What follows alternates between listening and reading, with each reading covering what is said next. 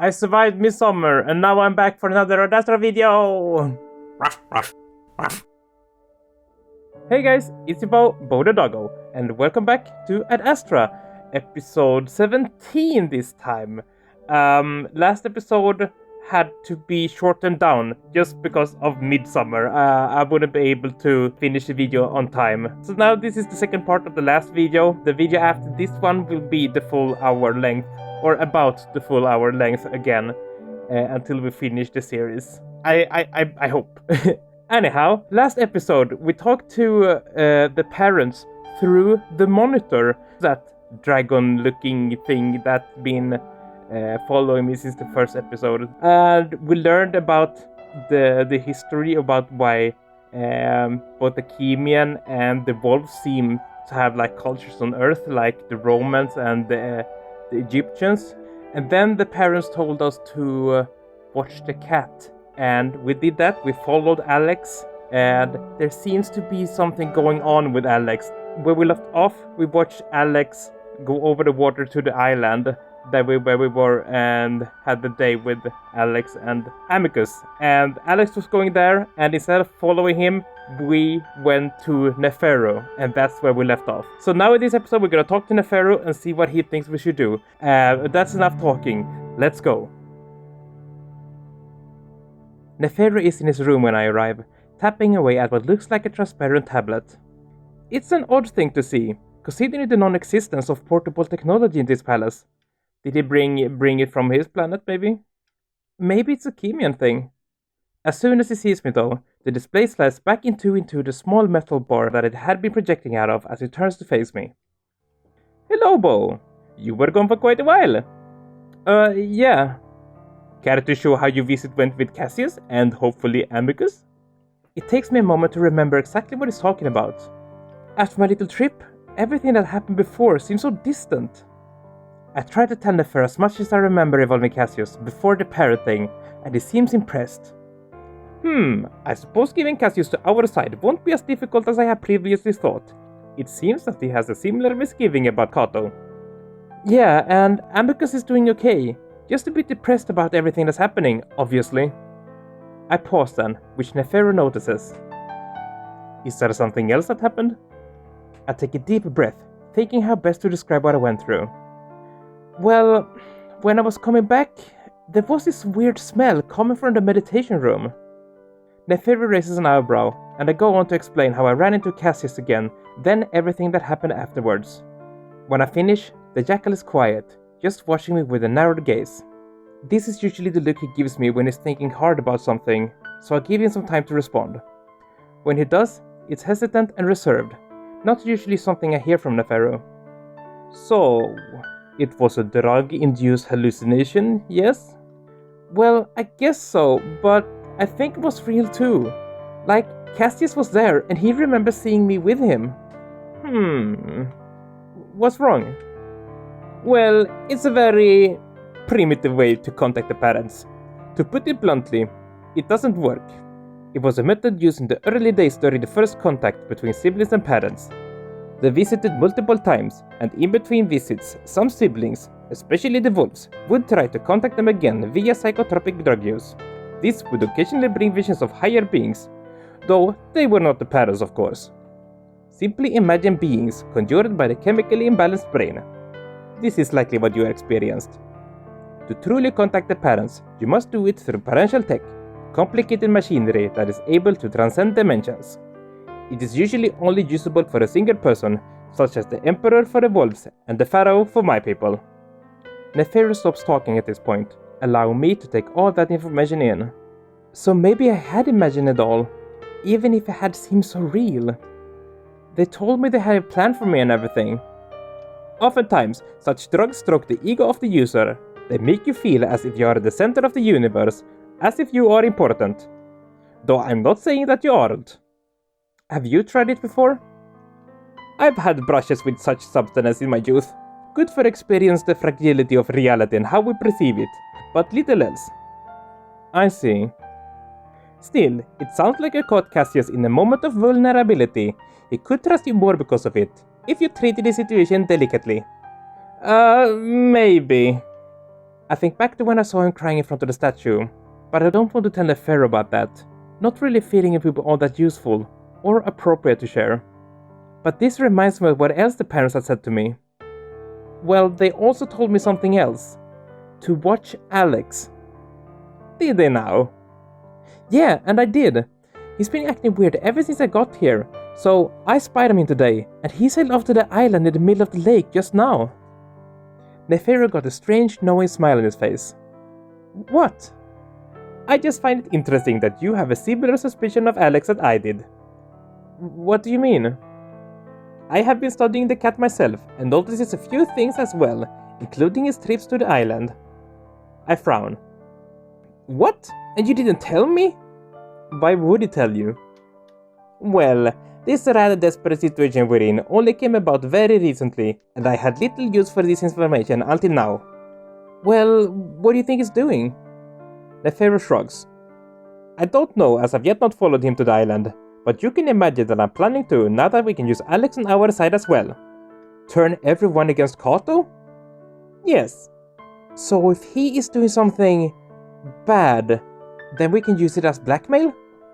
Essentially, he is the closest person to Cassius and could possibly grant us access to classified information. I sigh, growing weary of all this backstabbing. If it's the only way to help Amicus, I guess. Oh, there are many ways. I even have a last resort plan in place. I wait, but Neferu doesn't go on. Which is? Well, considering Amicus' birthright, he still has the ability to challenge whoever on the throne, but... Really? All this time, Amicus could just have challenged Cassius again? Then I realized that Neferu was about to go on. But what? A fight to the death, since the wolves love their violence, though the Emperor would have to accept the challenge. The thought of that instantly makes me feel sick. No way. Again, last resort. I doubt Amicus would challenge his own brother, and I doubt Cassius would accept, at least at the moment. I can't even begin to contemplate a situation like that, and Neferu quickly changes the subject. Anyways, I should be off.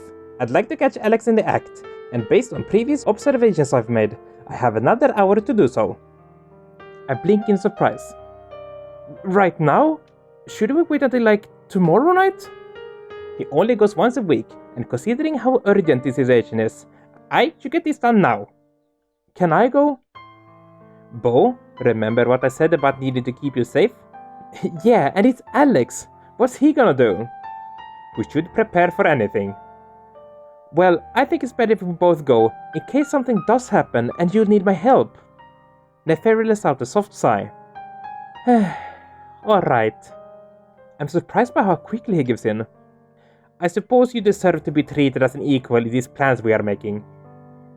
Though, if Amicus finds out that I'm bringing you to these missions, he'll have my hide. I'll let him know that I wanted to be part of it. As if that will convince him. Anyway, let's be off. Okay. My excitement picks up as I get to my feet and follow Neferu to the door. If we run into anyone, especially Kato, we simply tell him that we're out on an evening stroll. Understood? Yep. Despite the potentially dangerous situation we're going into, my mood is lifted, knowing that things are finally moving again. Luckily, there is another sightseer craft in a gazebo, though it looks much older and the floor on this one isn't transparent, which I'm fine with. I'd rather not gaze into the inky blackness of the water beneath my feet while sailing to the island. Neferu is quiet most of the time, looking confident in everything he does as he prepares the craft. Finally, he reaches out his paw to chivalrously pull me on board. The lake laps quietly around us as we approach the island, a black mass amongst the ripples of reflected moonlights in the waves. I immediately spot Alex's craft, sitting on the bench near where we had our little picnic all those weeks ago. We travel a little further up the shore, out of sight of the craft before we drift into the beach. Neferu holds out the paw again to help me down, even though I don't need it. As I settle on the sand though, he leans in close to whisper in my ear. Wait here. Unfortunately, I believe that simian footfalls are louder than that of a jackal. Okay, but call me if something happens, or if you need help. I see a smile on Neferu's face, and though he's amused, it's not in a condescending way at all. Of course, my friend. And with that, the jackal disappears into the night, leaving me with only the little craft and the gentle sound of the waves to keep me company.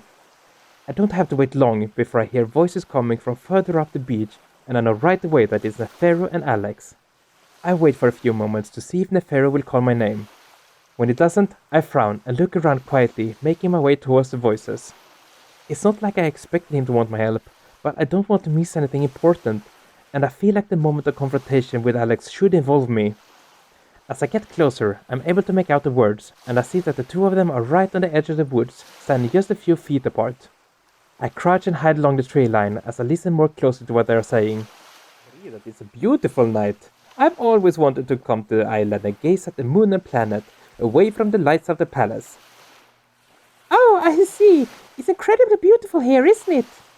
While he speaks in his typical pleasant tone, I can definitely tell that Alex seems to be nervous, his voice tight and a bit out of breath. So... Yes? Alex looks around nervously.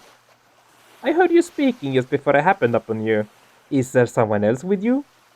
Me? Oh, no, definitely not. You know, it's rather embarrassing, but sometimes I just talk to myself. Don't be embarrassed. It's something I do as well.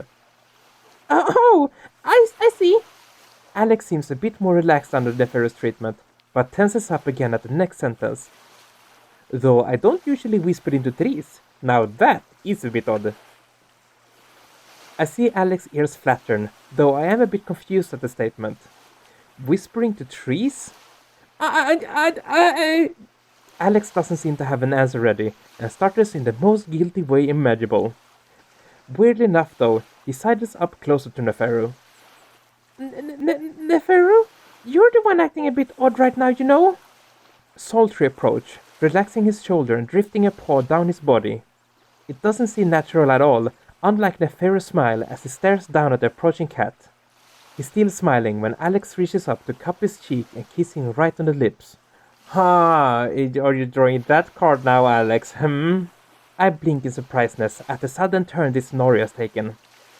Nefero looks anything but surprised though, grinning throughout the kiss as Alex tries to kiss deeper. Finally, the cat seems to notice a lack of response from the jackal as it draws back, frowning. Nefero shakes his head. Oh, Alex, you know that's my technique. It will not work on me. Now, why don't we have a look at that tree? Alex freezes, looking around, and that's when I think he spots me.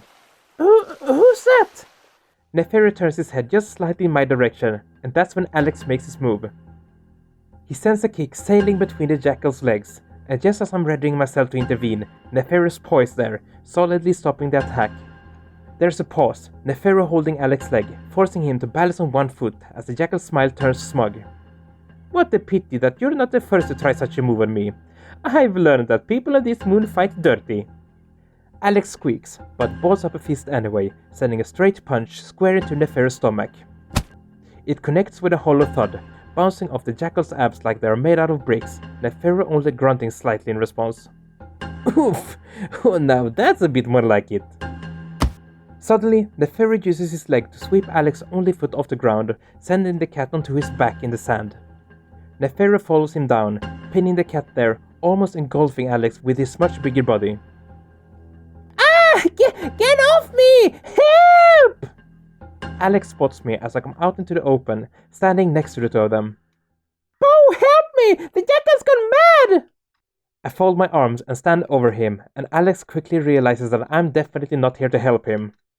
What are you two doing? I told you I know nothing, Bo! Why must you keep attacking me like this? Alex continues to struggle meekly under the jackal, not even looking like he's trying to escape. Attack you? Then why is it my stomach that is so sore? Alex doesn't seem to be listening, and tears start brimming in his eyes as he begins to sob. Now I'm fully convinced that the sobs in the bathing room were all an act. Bo. I turn my attention back to Nefero, who is still smiling as always. About 10 paces directly in front of me is a large tree, larger than the other that surrounds it. Do you see it? I look ahead and immediately see what Nefero is talking about, the tree noticeably larger than the other ones, its branches stretching dozens of feet into the air, the leaves looking like silver in the moonlight. Yes. Go up to it, circle it, see if you can find a hollow. I do as I'm told, feeling a little apprehensive as I just step inside the dark woods. Wait, Nefero! Bo! I don't understand! Why are you doing this? I realize at that moment how much I'm trusting Neferu here. I have no idea what's happening at all. The trunk of the tree is thick, enough that I wouldn't be able to touch my hands if I were to hug it. I start looking for the hollow Neferu described, and as I walk around the tree, I immediately spot one on the other side of it. I look into the black hole, feeling a bit nervous at what I might find in there. I stop as a tiny red light in the hollow flares to life with my voice before fading again. What the? It happens again, pulsing to the sound of my voice. You found it? Yeah, and there's a little red light in there that lights up with my voice. I watch the hypnotic ebb and flow of the light as I speak. Thank you, Bo. You may come back now. Gratefully, I return to the side of my Kimian friend, noticing that Alex's demeanor has completely changed now. He's sullen, though almost expressionless as he lays under the jackal, not even pretending to be trying to escape at this point. Well, that settles it, doesn't it, Alex? Alex remains silent, staring up at the sky. What is it? The ferret looks up at me. Classic Omophora and Parentech. They often combine plant life and machinery to create their gadgets. Rather ingenious, and they have recently been sharing their knowledge with us on Chemia. What a mistake that was!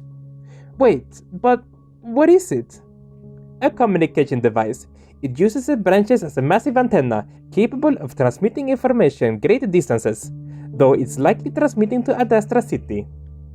There is likely a second spy there, who then beams the information throughout a much more powerful machine, straight to Omophora. Neferu grins in Alex's face. Isn't that right, Alex? Once again, Alex remains silent, seeming to have shut down. So do you want to be the one to tell Cassius, Bo?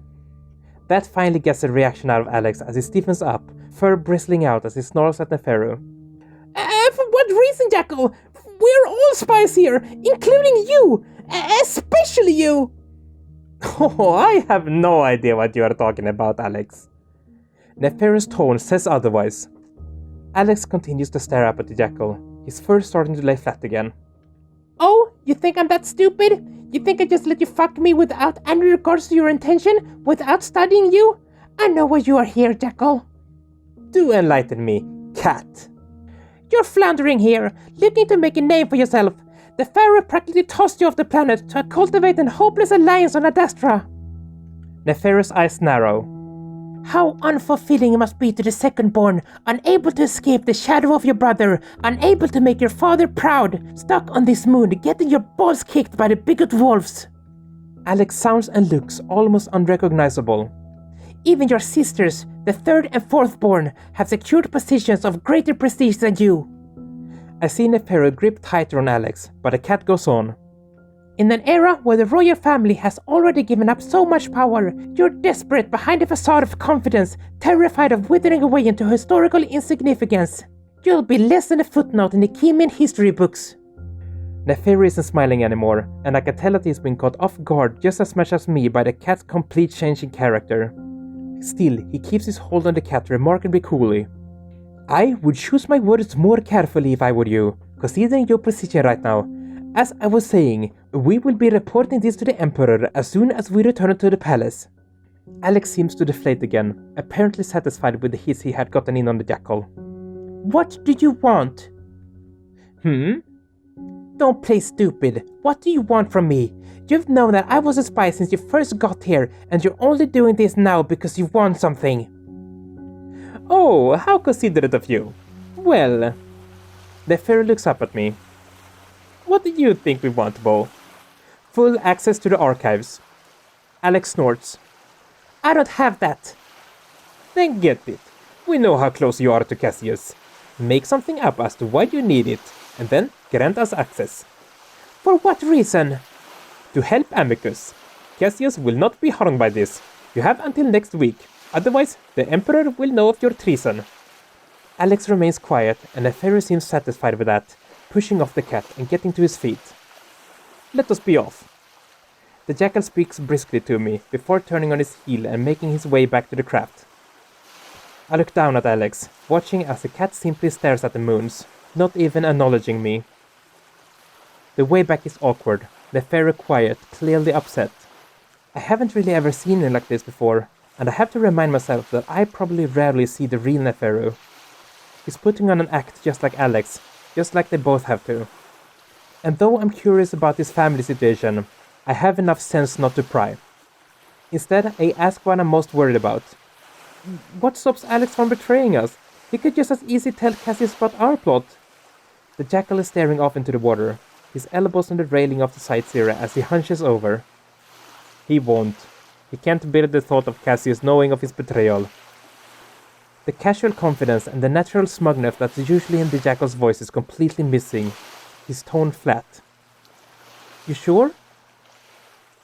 Yes, his love for Cassius is almost equal to that of his love to Omophora, which is why I assured him that Cassius wouldn't be harmed by our plans. We have little to worry about.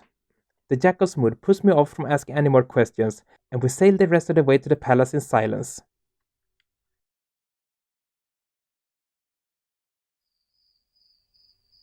Three days later, Alex is able to gain full access to the archives.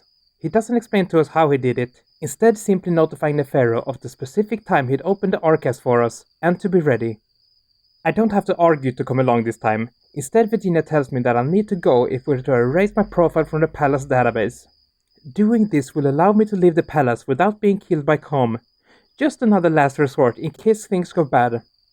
But isn't leaving for the island leaving the palace?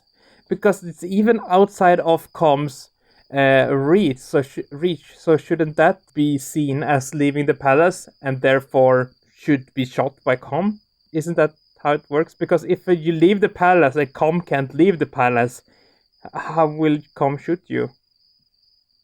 Neferu stays behind this time, deciding it to be best considering he's not exactly needed for what we're about to do. Alex walks stiffly ahead of us, not speaking or really acknowledging us in any way. I find it unnerving after knowing the cat for so long, though Virginia doesn't seem bothered at all. We walk to a portion of the palace that I haven't been to very often, mostly because I was never shown the area. Alex comes to a door that he presses his hand to, and unlike the other black panels, this one flashes a green color before the door opens. Ooh, that's cool. We walk inside the room, and I get my first look at the archive. I guess I had expected rows of bookshelves full of some type of digital storage, or whatever the walls might use. Instead, I'm greeted by the sight of a giant blue glowing sphere with a honeycomb pattern covering its surface. What's most striking about it though is the swirling characters that appear and disappear just above the surface. There are symbols that I don't recognize, not any that I've seen on Adastra before. Sitting in front of the floating sphere are two stone dragons, mouths open in silent snarls. Alex seems to be in a hurry as he walks up to the globe. Without hesitation, he sticks his paw into the swirling blue, and the characters and swirls seems to congregate around it before the whole thing pulses. This seems to satisfy the cat, and he turns away. That should give you full access. You're on your own from here. And with that, the cat leaves.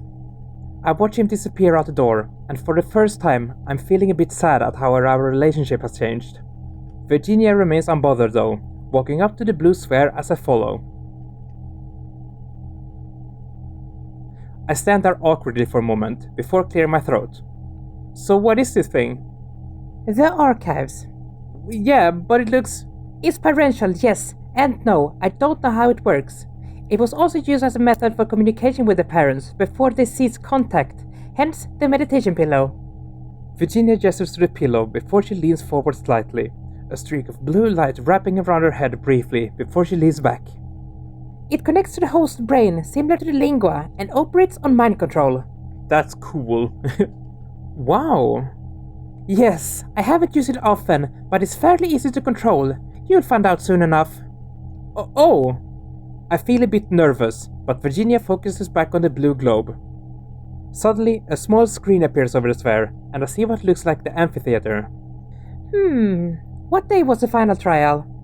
I'm about to answer when Virginia suddenly wakes me to silence, focusing on the screen again. I see the scene change to a bloody sunset, and I feel the same anxiety I did that day as I see Kato and Amicus appear on the screen, followed by me and Cassius. The angle is high and the screen is a bit distant, probably from the palace, but I can make everyone out clearly. Cassius strips and hurries down the steps to the amphitheater, and I want to look away, but don't as Kato turns to Amicus and punches him in the face. Virginia's reaction is small but noticeable, clearly surprised by Kato's brutality. What follows is the awkward staged posing and the pin. Then the footage of me using the nerve on Cassius. And this is followed by Amicus tearing off Kato's visor. After that, I run off screen and I get to watch the drone as they descend on Amicus and how he suddenly goes limp as they, I assume, stun him. Virginia watches all of this with an open mouth until Amicus is escorted away and Kato is picked up by a small ship that lands in the middle of the amphitheater. Then she shakes her head. Males. Virginia sighs out in frustration as the screen fades. So you got the footage? I filed it away to a domain accessed by both me and the Pharaoh. We'll figure out a way to use it delicately. And the investigation into the crash? This is something that I brought up to Virginia and the Pharaoh before we came here, even though both seem skeptical that it could be useful in any way. That even Kato wouldn't be so devious as to kill his own friend, a friend that happened to be the Emperor. I actually have had suspicions that Alex was behind the crash that their father was on. Maybe it was like the other spy that Alex is here with, or Alex and the spy, that they caused the crash to happen so that the Emperor would fall and they could meddle in stuff to have Cassius become the Emperor instead for their gain in some way. I don't know, but that's what I've been speculating about. Even now, Virginia sighs as if it's an annoying inconvenience, but focuses for a moment until she seems satisfied. Done. All documents related to the investigation are now in the same location. We'll go over it later. Well, at least you and the Pharaoh can. There's a momentary pause. Well, that was easy. What did you expect? Parental text makes everything fast and easy. Yeah, I suppose. So, are you ready to use it? I think so. Virginia smiles at me. Don't worry, it's easy. Simply keep your mind clean of anything except for your objective, your profile, and how it should be wiped clean from the archive. My profile? I try to think up how I should imagine the profile, but Virginia stops me. You're already thinking too much. Just this. Your profile, wipe it from the archives. I swallow hard, but allow Virginia to gently push me forward until one of the tendrils touches my head. It's a cool feeling at first. Then suddenly my body seizes up involuntarily as it feels like my entire brain twitches. My profile gone. My profile erase it. My profile delete from the archives. Oh?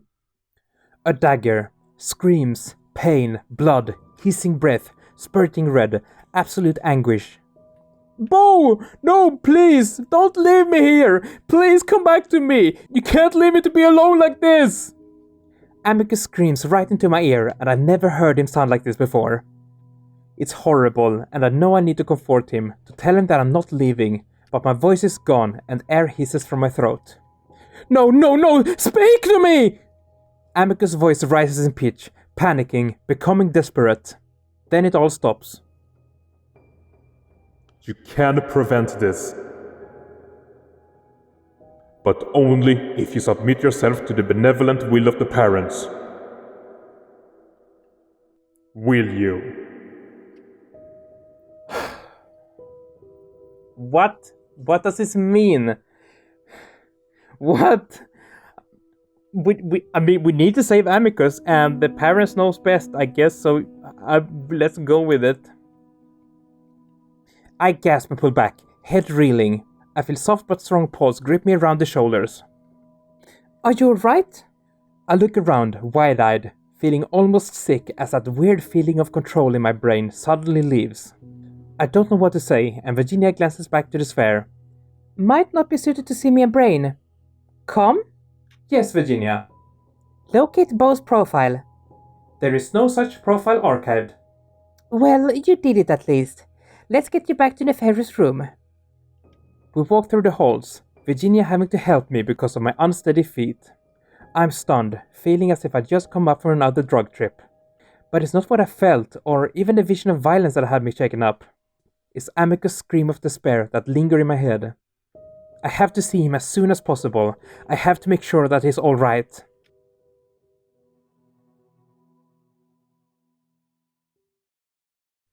You smell so good.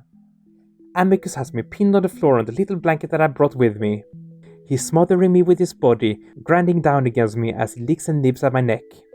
And I haven't even been here more than a minute. What if Com sees? He's a robot? I gasp around the legs as Amicus responds by holding my head in his giant paws, keeping me steady as he starts to push his hips against me, his thighs forcing my legs up. Amicus mumbles into my throat. Then let him watch. Com isn't watching as far as I know. Somehow, I've been able to convince Cassius to give us more privacy. Actually, I think I just grossed him out when I asked, wrinkling his nose as he instructed Com to keep the drone atop of the ladder this time. At that moment, I feel the wolf's hard length pressing up against my ass, and even though I'm in my underwear and robes, I pull back. Whoa, not now, Amicus! Amicus goes on nuzzling me, moving to my face and locking lips with me for several seconds while he continues to push his hips against me. He finally pulls back a little. I know, I've just been playing around a little. I've been down here for so long, and I love you, everything about you. Clearly. That's all I'm able to say before he starts kissing me again, licking and sucking. I'm at least glad that it tastes like they're providing him with that mouthwash stuff down here. I have never seen Amicus so horny before, which is saying something. His paws gripping and stroking me almost desperately as his muzzle kisses every inch of my neck and face. He pushes his body down against mine, his considerable chest and belly crushing me flat against the ground. But when his muzzle starts dripping down lower, snuffling against my chest and under my robe, I decide that I've had enough. I reach around to grab his upraised rear, getting a handful of thick, furry ass as my fingers squeeze dangerously close to the spot under his tail. Predictably, Amicus gasps in surprise and pulls back, quickly sitting up so that his rear is safely pressed against the blanket and I have room to finally sit up myself. What was that for? For not letting me catch my breath, and I know that you don't like things near your butt. Well, the Emperor shouldn't have things near their butt. Yeah, okay. I roll my eyes at his silly but understandable insecurity and crawl up to Amicus to sit in his lap, the wolf eagerly pulling me in. I love you. I love you too. Amicus rubs his paw up and down my shoulders, still feeling me out. I can't wait to get out of here. No more hiding when I'm the Emperor. I am going to show you the real Adastra. Being stuck behind these walls is not how the Emperor's beautiful lover should be treated. I touch back, pressing my hand over his paw and resting my head against his chest, listening to the rumble of his voice. Oh, and what is the real Adastra? Amicus pulls his paw away just for a moment to wave it dismissively before returning it to press against my chest. This politics. It doesn't represent the moon's true face. I need to take you to the other city landscapes, and the people are vastly different too from region to region. I listened to him contently for a few minutes, happy just to hear him speak, reminded of how easy it is for us to just talk to each other. And we actually have time to talk. Kato is in a different city on official business, so Cassius has granted us at least a little more time than we had the last visit. Amicus rocks back and forth and I pet the fur in his chest, listening to his heartbeat. It's clear that I allow him to bathe them here, but the lack of any perfume leave only the slight smell of his natural musk. While I miss the lavender smell I'm used to, I don't mind the masculine scent he's giving off, especially after our little reunion just now. I want to sit here forever, feeling completely calm and safe for the first time this week. I know it has to end though, and there's so much to tell the wolf, so I pull back, looking at Amicus' face. Amicus? Yes? I need to talk to you about something. Go on. Amicus leans down, pressing his nose against my hair and inhales deeply. It's about the parents, I think. I need to talk to you about something they showed me. And that will be all for this episode. But about the choice, we made like a new choice in the game about the parents taking over or something. I don't know what to think about that, but I think it's best to. I mean, I feel like I have to trust the parents right now. I don't want to not trust them. I want to trust the parents. Yeah, I think that's what the main character would do as well. But what will we tell Amicus? We will find out in the next episode. And it seems that we are getting closer and closer to the end. So hopefully Amicus will get out of the dungeon soon, and we can put him on the throne once and for all, and we can go home. Anyhow, if you enjoyed this video, please leave a like, and if you haven't already, join my Patreon like these people. Yeah, you thought I was going to say something else, but no. These people are the best people in the world. If you want to do that as well and get your name here and join the hangouts and stuff, link in the description. But yeah, that's all for now. So thank you so much for watching, and yeah, I love you guys. So remember that you are loved and appreciated, and that you should be proud of who you are, because I want to see you in the next episode. Bye!